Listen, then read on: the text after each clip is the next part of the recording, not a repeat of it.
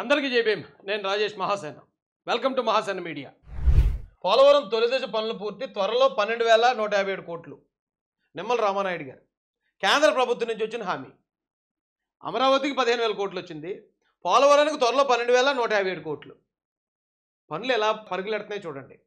రాష్ట్రం ఎలా అభివృద్ధి చెందుతుందో అది ఆలోచించండి. ఇది భరించలేక జగన్మోహన్ రెడ్డి వీటిని ఎలాగైనా కప్పిపుచ్చాలి. జరిగే మంచి పనులు ప్రజలకు తెలియనివ్వకూడదు. ప్రజలకు ఎంతసేపు ఏం తెలియాలంటే అండి, వీళ్ళ ప్రయత్నం చూపిస్తాను రండి ఒకసారి. ఇక ప్రజలకి ఇదే తెలియాలి. రాష్ట్రాన్ని నారా చంద్రబాబు నాయుడు రావణ కష్టంగా మార్చడానికి ప్రత్యక్ష సాక్ష్యాలు దారుణాలటండి. ఉమ్మడి పశ్చిమ గోదావరి జిల్లా కాటేనకోన మండలం కందికొప్ప పంచాయతీ బొజ్జవరపేటలో ఎంపీటీసీ గుణమైన కుమార్పై టీడీపీ కార్యకర్త ఇక ముక్కు గిల్లేసాడటండి. అది వార్త. అది ఎప్పుడు ముక్కు గిల్లేసాడట. దాన్ని వైఎస్ఆర్సీపీ అఫీషియల్ ఎట్టి మేము చిన్నప్పుడు ముక్కుడు గిల్లాట ఆడుకునేవాళ్ళం అండి. ఇలా అటేపో నలుగురు ఉంటారు, ఇటేపో నలుగురు ఉంటారు, అందరు కళ్ళు మూసుకుంటారు, ఆడు వచ్చి ముక్కు గిల్లేసి వెళ్ళిపోతాడు. గిల్లేసి వెళ్ళిపోతే మనం కళ్ళు తెరిచి ఆవిడ గిల్లాడు చెప్పాలి. ఈ ముక్కుడు గిల్లెలాట ఇప్పుడు నేషనల్ ఇష్యూ.